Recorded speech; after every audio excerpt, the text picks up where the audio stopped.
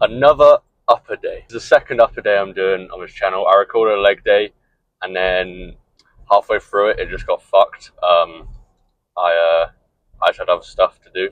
But in this upper day, I will be covering the key principles to shape an upper day. Not in too much depth, but to an extent where you will get the most out of your training. And like the certain niches that you kind of need, not exercise selection, just basic principles you can apply to every single muscle. Let me get straight into it. The first one, which I've been using a lot recently, is not training to failure on every set. So I still train to failure on my final sets, like I'll still train to failure on my triceps and my abs, my back. Basically the final sets of each muscle, I will likely push to failure. But the first sets, for example, I'm going to go in here today, I'm going to do 2 sets of a pec fly to start with. I'm going to do 2 sets of a shoulder press to start with. First set, I'm going to leave 1 rep in reserve. Why? Because say I did 115 on the shoulder press, 7 reps all out. On my next set of shoulder press, because I've fatigued so much from going all the way to failure, I'm only going to be able to do about 3 or 4 reps. I'm going to be so fucked from that first set, I'm not going to be able to match my reps or shoot just 1 under. I'm going to do so much more less. And if I did 6 with 1 in reserve, I will probably be able to do 6 all the way to failure again. So that's 12 reps compared to if I did 7, I could end up doing 10 or 11. And the reason for that is the difference in stimulus between failure and 1 RIR is minimal. You only get a tiny bit more stimulus from training to failure, whereas the fatigue you get from training to failure is so much more than if you were training to 1 RIR. So it makes sense to train to 1 RIR on these first movements, especially when you're going to be doing another set afterwards and training other muscles. So I may even go to 1 RIR on my second set of shoulder press because I've got a pec fly and another press coming up. I'll either do a press on my mid chest or my upper chest, which is going to involve my front delts. So it would be an idea to train to 1 RIR on both sets, because then I'll be able to get more out of my chest sets as well as my shoulder sets. Second principle is training the muscles directly. What I've been seeing a lot is too many people are training muscles using exercises that don't fucking matter.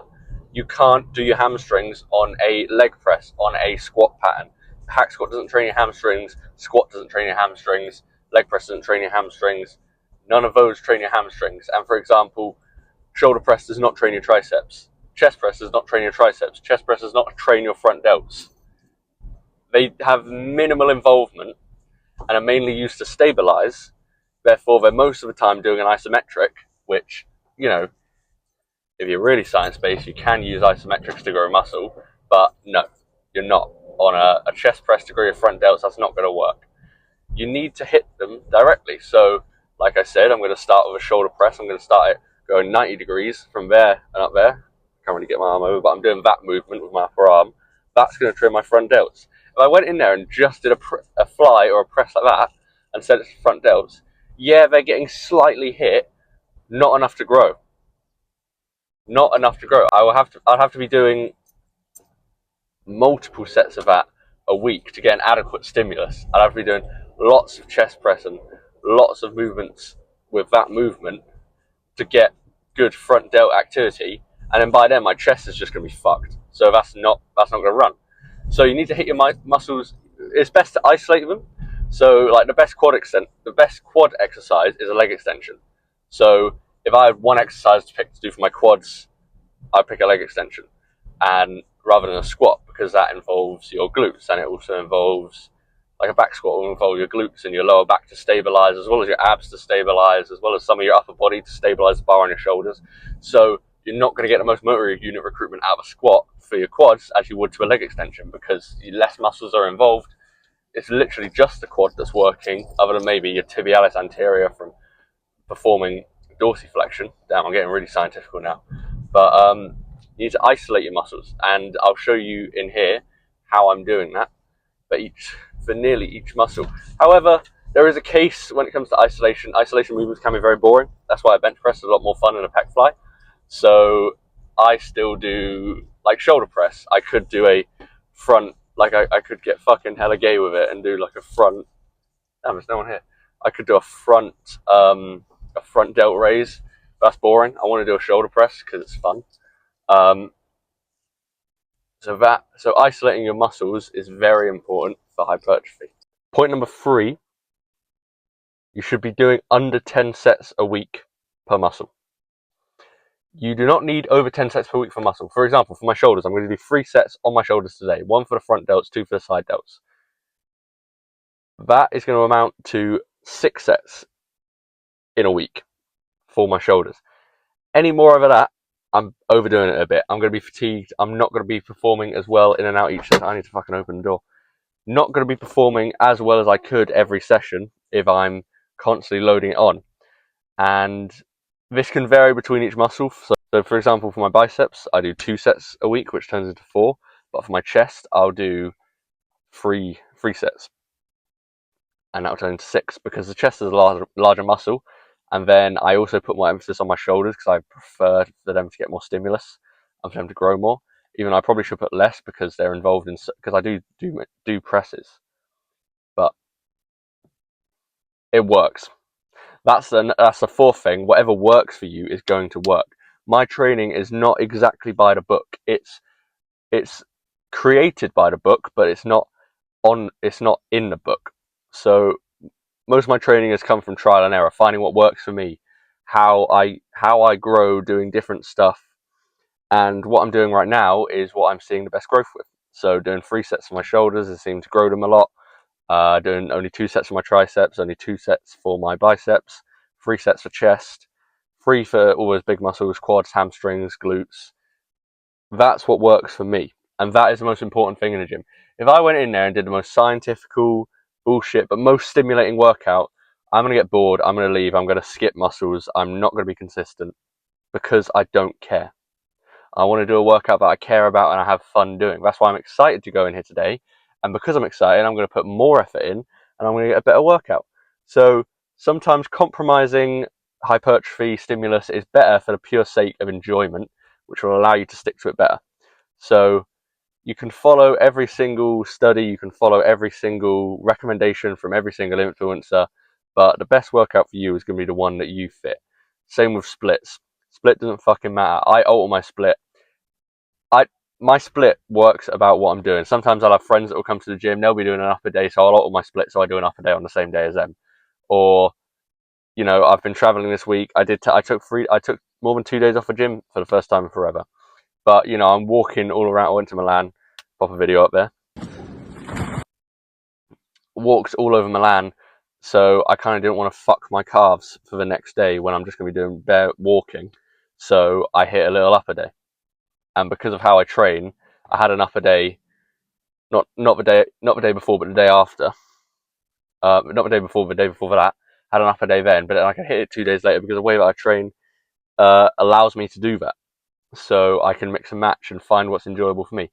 Yeah, would it have been better to hit legs and then go to the gym not the day after that, but the day after that? Yeah, that would have been better for hypertrophy. But is it worth, compromising my time with my friends to just go to the gym and stay on track? To some people, yeah. To some people, yeah, it is.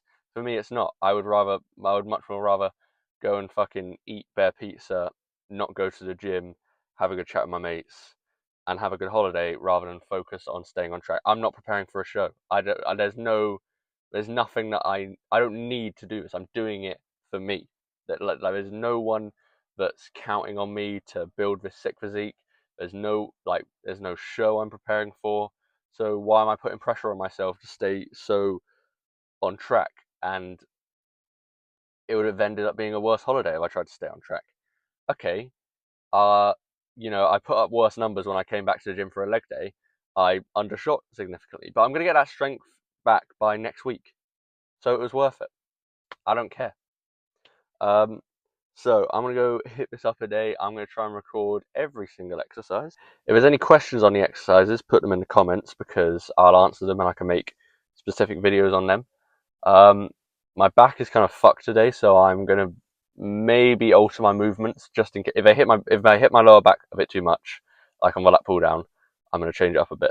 But we shall see, and let's get in. I need to change it because I can't work out. I don't know why.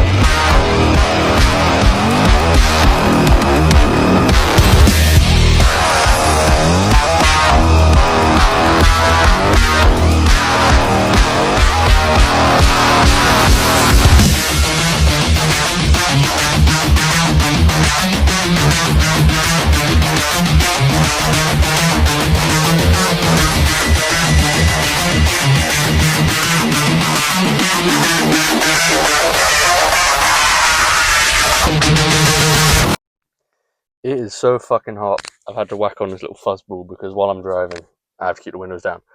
That workout was confusing. Let's have a look. So, that's what we got. Oh, I think it's backwards. Let me flip it. There you go. So, I progressed on shoulder press, incline Smith, pullovers, T-bar row, cable extensions, overhead extensions, and ab crunches. But degressed on lat pull downs and cable lat raises. Cable lat raises, I got one less rep. I don't know, I just couldn't crank it. And lat pull down, my right shoulder cuff just started tweaking. So I don't know what happened there. And then I neutralized on pec fly and rear delt flies. But overall, a good session. Oh, let me write a little scoring. I gave it a 4. And there's my weight. I'm currently at 76.7. I lost weight like incredibly quickly. I was 78-ish going into my Milan trip, and then I ate Bear Pizza, came back at 79.3, ate like 500 calories under what I usually do, and ended up what's it, 2.5 kilos lighter. So pretty successful. I've been holding that weight, but I've got Nando's tonight, so let's see what happens there. And then at the end of my workout, I did a lot of shadowboxing because I've actually got a fight on September 12th. So I'm constantly on that. That's why my back's a bit fucked. I've been dodging them with. Yeah, look, watch this epic shadowboxing.